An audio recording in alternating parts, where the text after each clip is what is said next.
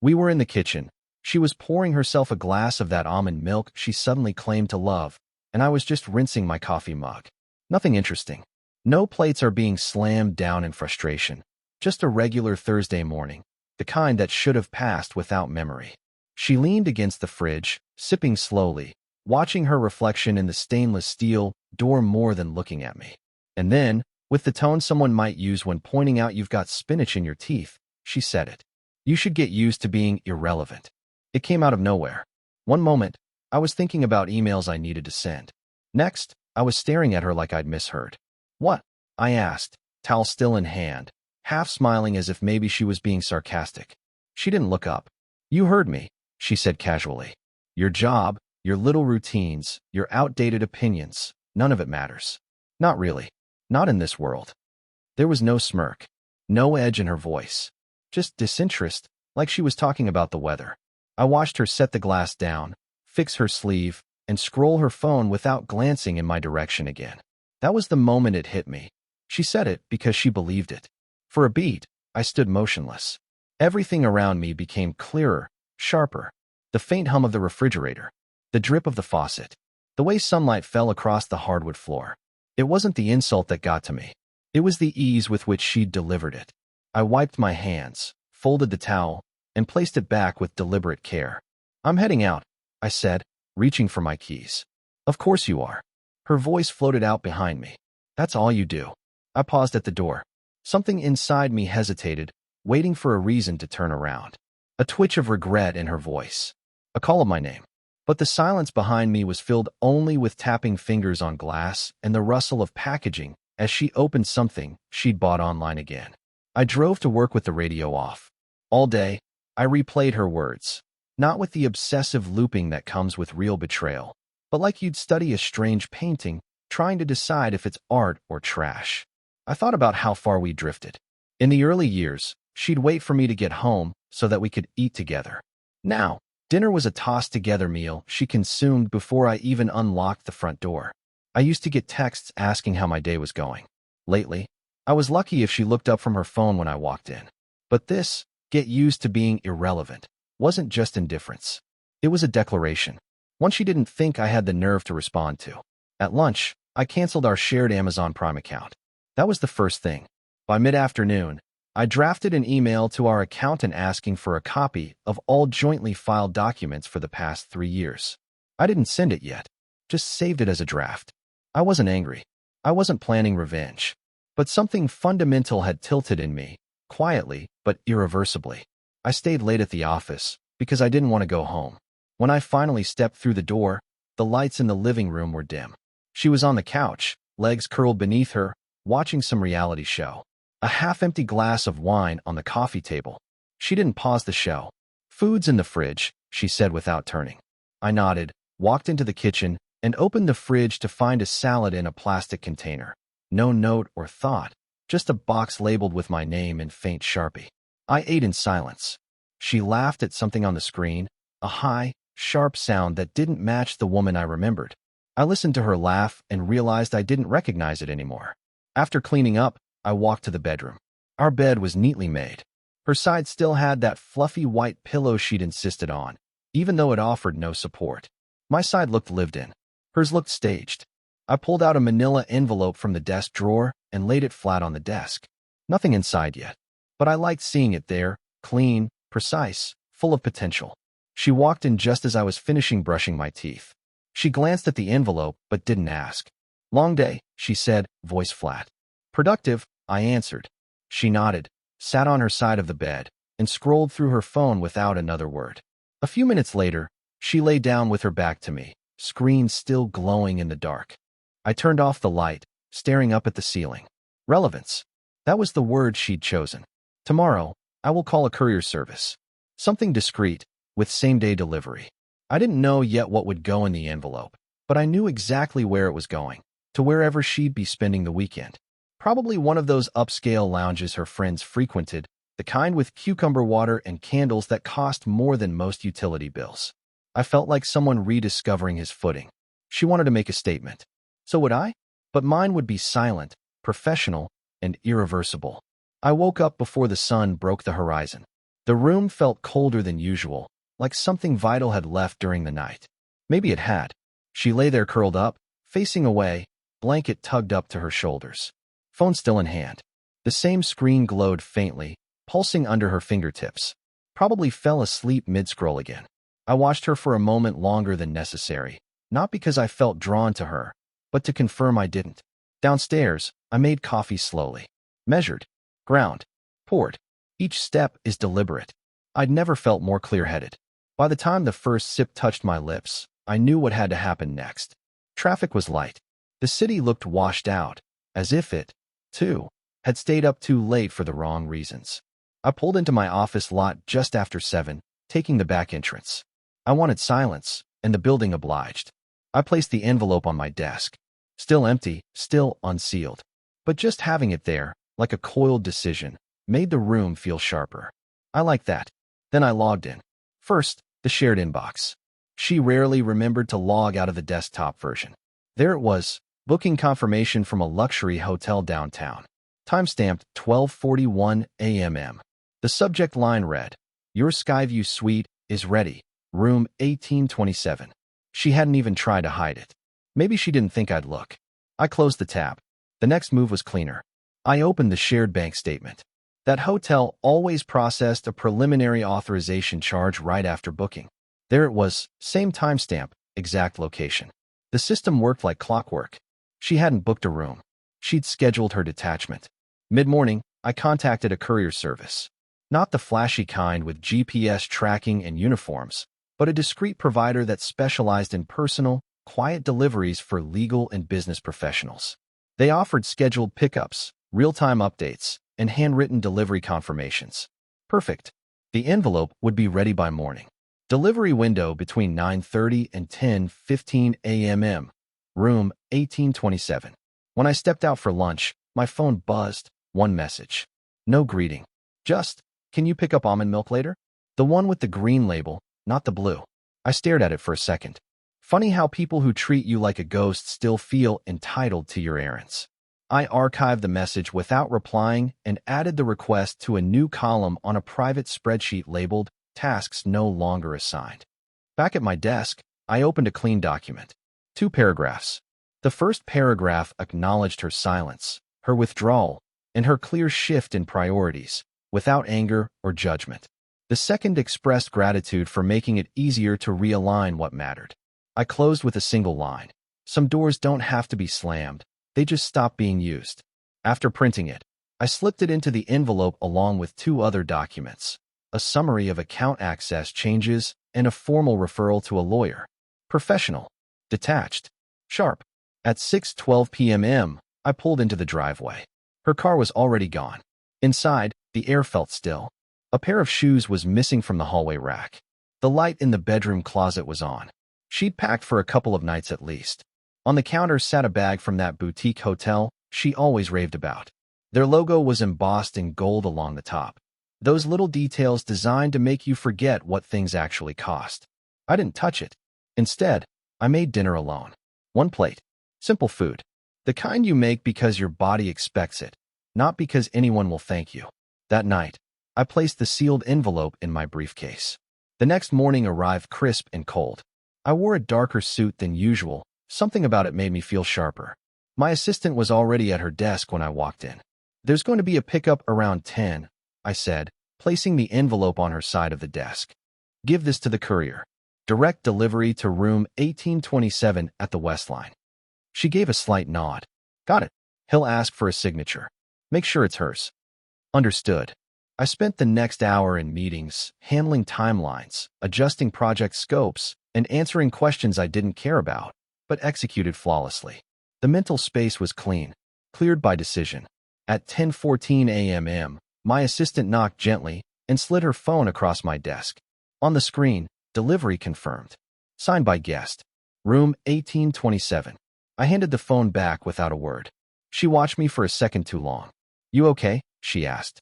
"Better than I've been in years," I replied, truthfully. The rest of the day passed like a movie I'd already seen.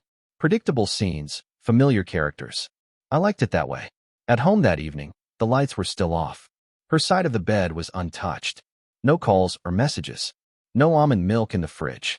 That night, I slept straight through for the first time in months. By the time the envelope reached her hands, I had already moved on to the second client call of the day.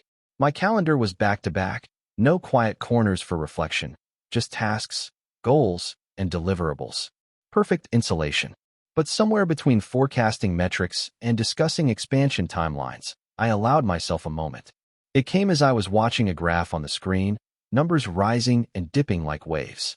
My mind drifted, briefly, sharply, to the visual I couldn't shake, her face when she saw the envelope. Room 1827. Delivered precisely, signed for with her usual loopy signature, probably still holding her phone in one hand while the courier stood at the door. She'd expect flowers. Maybe a card. A peace offering, like all the previous times I'd folded first. Instead, she'd see the manila envelope, unadorned, heavy with message. I imagined the flicker in her eyes when she read the header on the financial summary. The first page alone would unsettle her. She'd find line items, subscriptions she never noticed, memberships she thought were eternal, suspended or restructured. Then the letter. 2 paragraphs. In my head, I heard her scoff. Or maybe laugh. That nervous, high-pitched one she used when caught off guard in public.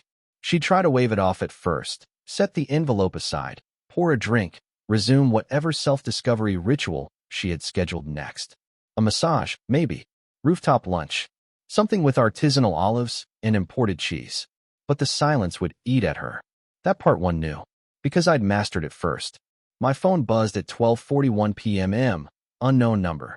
No voicemail.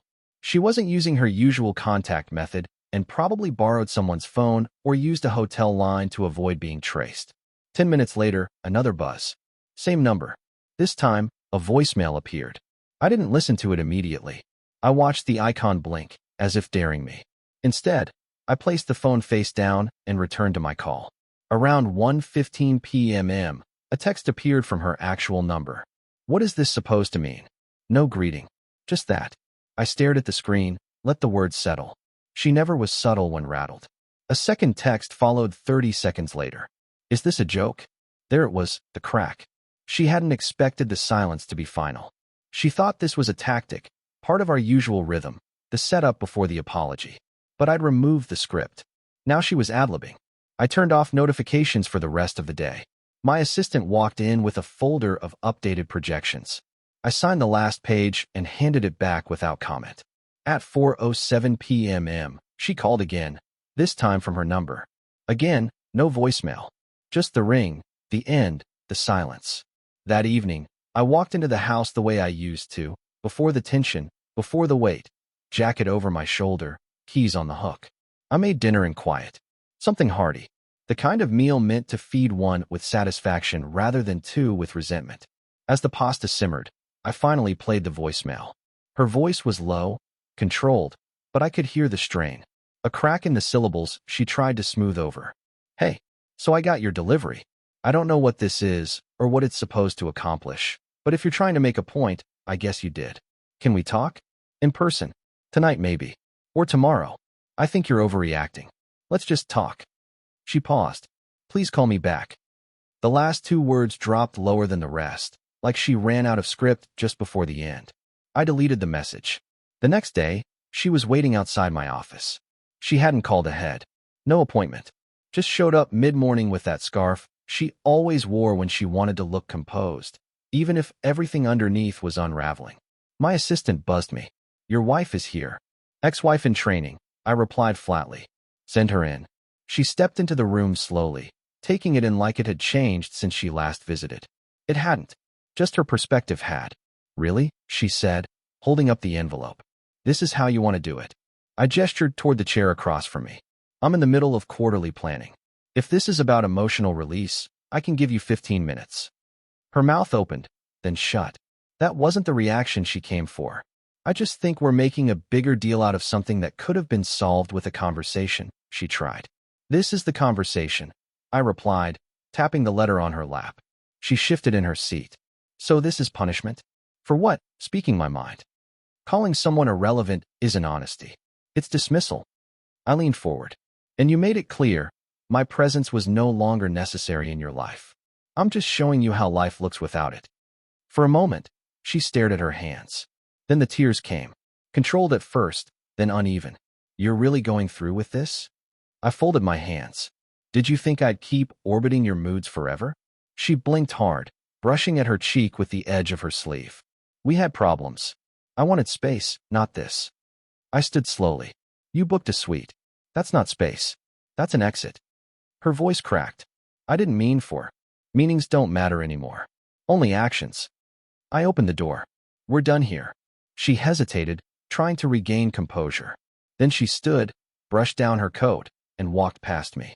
Back at my desk, I picked up the frame that used to hold our wedding photo. I removed the backing and slid out the picture. Then I reached into my drawer and replaced it with an image from a trip I took alone last fall. A coastal trail, sunrise behind the cliffs, no faces, just light and distance. Much better. She waited outside my building again. Same scarf, same coat, different eyes. The certainty was gone, replaced with something less polished. There were dark circles under her makeup, a subtle unevenness to the foundation she always wore. The kind of flaw she'd never allow before stepping out. She didn't spot me until I stepped out of the revolving doors. Then her posture straightened, lips parted slightly as if about to speak, then hesitated. Are you free for dinner? She asked, before I could turn toward my car. I looked at her for a long second. The question held a kind of desperation disguised as a casual invitation. Public place, I said. Somewhere with bright lights and short menus. She gave a faint nod, as if pretending this was her idea all along. We met 2 hours later at a corner restaurant near downtown. She arrived early, another change. Before, she'd breeze in 10 minutes late, adjusting her earrings, blaming traffic. This time, she was already seated when I walked in, back straight, napkin folded precisely in her lap. Thanks for coming, she said quietly. I slid into the chair across from her. She'd chosen a booth. Safer, more intimate, but also exposed, no walls to hide behind. Menus were already on the table, unopened. I've had time to think, she began. I said nothing, just waited. The silence prompted her to keep going. You blindsided me, she continued, fingers twisting the cloth napkin slowly. That envelope, the way you just shut me out. You asked for space. I gave it structure. That's not the same thing. She looked up. You could have talked to me first. Like when you called me irrelevant? I asked calmly. She swallowed hard. I was angry, she said. Frustrated. And rehearsed. I added. That wasn't something people say in passing. That was polished. Practiced. I didn't mean it, she said, voice cracking slightly. It came out wrong. No, I replied. It came out exactly how you meant it. You just never expected consequences. A waiter approached. She waved him off without looking. I nodded in agreement. I didn't think we were broken, she said after the silence returned. I thought we were stuck. Like we needed to reset. I leaned back, arms crossed, watching her squirm under her logic. You disappeared into a hotel suite. You called it a reflection. You thought I'd chase you. Beg for clarity. She shook her head quickly. That's not. You booked the same room as last time, I continued. Posted about it once. Thought I wouldn't remember. But I did. You left breadcrumbs for attention. Then got offended when I didn't bite. Her hand stopped moving. What did you want me to do? She whispered. Nothing, I answered. That's the point. You pushed until silence answered you. Now you're trying to rewind something that doesn't exist anymore. Her breath hitched.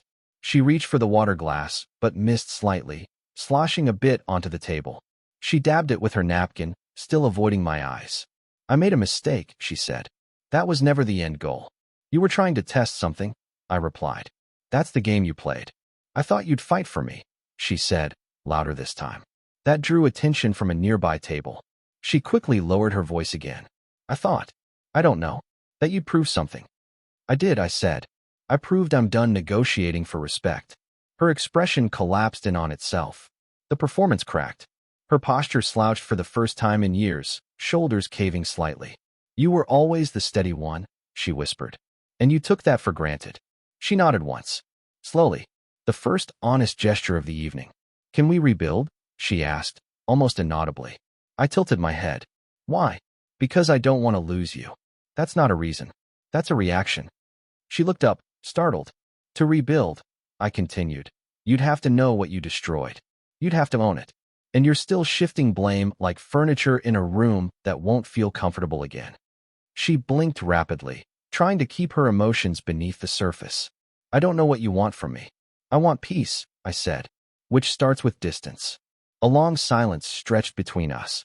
The air around the table felt heavier now. Finally, she reached into her bag and pulled out a small envelope of her own. I wrote something too, she said, sliding it across the table. I didn't touch it. She exhaled, watching me. When I made no move, she tucked it back into her purse slowly, the act feeling far more final than she probably intended. The check arrived. I paid it without a word. As we stood, she reached for my hand reflexively, fingers brushing mine like muscle memory. I stepped back. You wanted a version of me that would crawl for validation, I said. But I only crawl for breath, and even that has limits. Her jaw trembled, then clenched. She gave a slow nod. I'll give you space. I didn't ask for that. I took it. Then I walked past her, through the exit, out into the evening. The night air felt sharp but freeing. I stood under a streetlight, let a deep breath fill my lungs, and pulled out my phone. Dozens of unread messages. I archived them all. At home, I opened the closet. Half the hangers were empty. The scent of her perfume still lingered faintly on the remaining fabric. I opened the window to let it clear. The house felt quiet again. The following week passed in a quiet rhythm that almost felt like restoration. I didn't rush into anything dramatic. No sudden changes to the house. Just clean, careful transitions. Her personal items, those she hadn't taken, were placed in labeled boxes. Nothing discarded, nothing desecrated. Just organized and prepared. Ready for collection, should she ever decide to show up with the courage to face a hallway stacked with her past. She texted again 3 days later, a single message. Dinner. One last time. I stared at it for a long while. This wasn't the same woman who had sipped wine on our couch and mocked my relevance. This version was typed slowly, and I hesitated before hitting send, and I checked the spelling. Reread the tone. I replied simply, 7 p.m. Friday. Avelinos. A public place again. Familiar, but impersonal. Friday came with the precision of a blade. Sharp. Expected. Unavoidable. She arrived in black. Always her fallback color when seeking power or redemption. Hair done meticulously, makeup softer than usual. She didn't want to seduce. She tried to appear serious. It was the most effort she'd made in months. I held the door for her as she entered. She paused, surprised, then walked in ahead of me. The host guided us to a table near the back. A candle flickered between us. Ambient jazz floated overhead, trying to soften what both of us knew wouldn't be softened. She began with small talk. Mundane questions about work, how things had been. I let her meander through the fluff for 2 full minutes, then raised my hand slightly. You wanted a last conversation. Let's skip the filler. Her throat tightened as she reached for the menu, then set it down without opening it. I reread the letter, she said. More than once.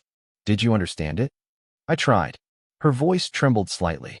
It made me realize how much I took for granted. I said nothing. She pressed on. You were always steady, reliable, constant. I thought that meant unshakable. It didn't. It meant committed, I replied. But you confused consistency with passivity. Her hands clenched lightly in her lap. She looked down. I kept waiting for you to blow up. To demand something. To give me a reason to fight, she said. You weaponized silence. I decided to return it, but without the venom. The candlelight reflected off her eyes. She blinked faster than usual. I miss the way we used to be, she said. You miss the comfort. That's not the same. Her expression cracked. She tried to recover, sitting straighter.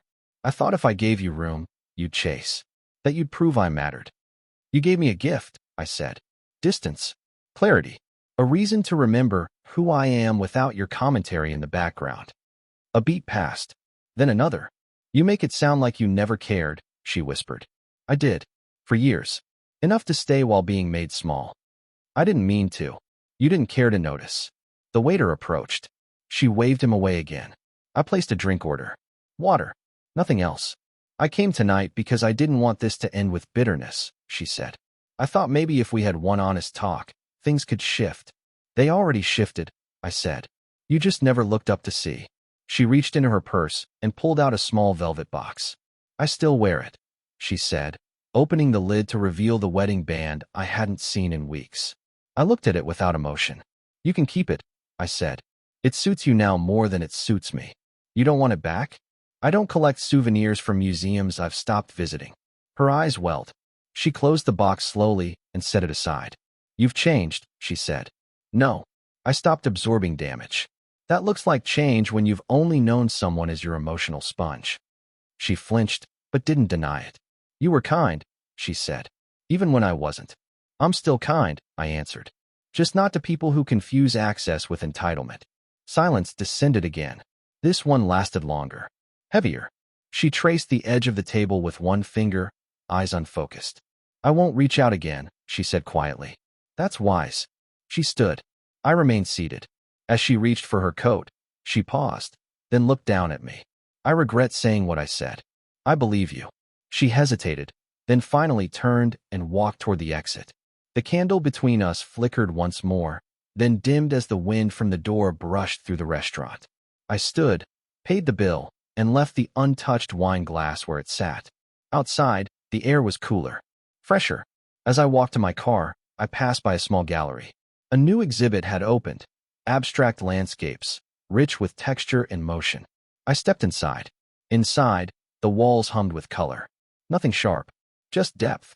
I stood there for a long time, staring at a piece that seemed to pulse as the light changed. Behind me, voices murmured. People moved past. But I stayed, breathing in a kind of silence I had earned. And for the first time in a long while, I felt entirely present in my own story.